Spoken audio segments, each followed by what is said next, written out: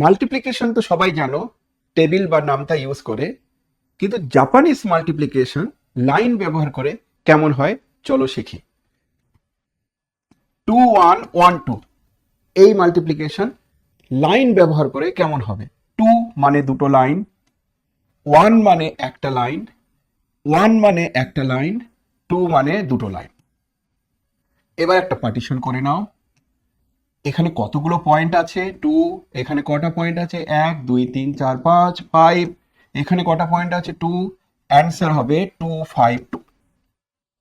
এবার যদি একটু বড় সংখ্যা হয় যার হাতে থাকবে তার মাল্টিপ্লিকেশন কেমন হবে চলো দেখা যাক।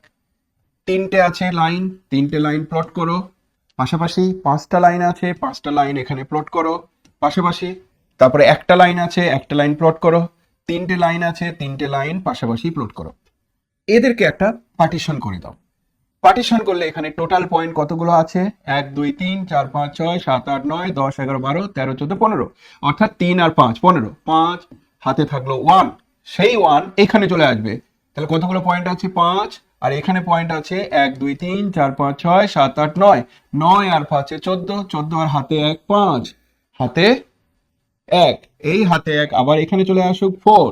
তাহলে অ্যান্সার কত হবে 455। নামতা না ব্যবহার করেও জাপানিজ মাল্টিপ্লিকেশন এমন। এবার চলো যদি সংখ্যাটা আরেকটু বেশি হয়, আরেকটু বেশি যদি হয় 3 অঙ্কের সংখ্যা হলে কেমন হবে। তার ক্ষেত্রে হবে 1 একটা লাইন, মাঝে দুটো লাইন, লাস্টে একটা লাইন। এখানে 3 3 মানে তিনটে লাইন, তারপরে 1 1 মানে একটা লাইন। এদেরকে পার্টিশন করবে কিভাবে, এটাকে একটা ব্লক করে দাও, এইদিকে একটা ব্লক, এইদিকে একটা ব্লক, তিনটে ব্লকে ব্রেক করে দাও। তাহলে টোটাল পয়েন্ট কতগুলো 1, এখানে কটা পয়েন্ট আছে 3 আর 2 এ 5, এখানে কটা পয়েন্ট আছে 1 2 3 4 5 6, একটা পয়েন্ট 7, এইদিকে কটা আছে 3। তাহলে অ্যান্সার হচ্ছে 3751। ক্রস চেক করে নিতে পারো। এবার যদি তিনটেই যদি 3/3 সংখ্যা হয় তাহলে কেমন হবে দেখা যাক। এর ক্ষেত্রে হবে দুটো লাইন 2, একটা লাইন আরেকটা লাইন। এটার ক্ষেত্রে হবে তিনটে লাইন 3 থাকার জন্য, মাঝে হবে একটা লাইন, লাস্টে হবে দুটো লাইন। এবার এদের পার্টিশন কি করে করবে, ব্রেকটা করবে কি করে, এখানে একটা ব্রেক, এইখানে একটা ব্রেক, এখানে একটা ব্রেক, এখানে একটা ব্রেক, ব্যাস ব্রেক করলাম, আলাদা আলাদা করে পার্টিশন করলাম।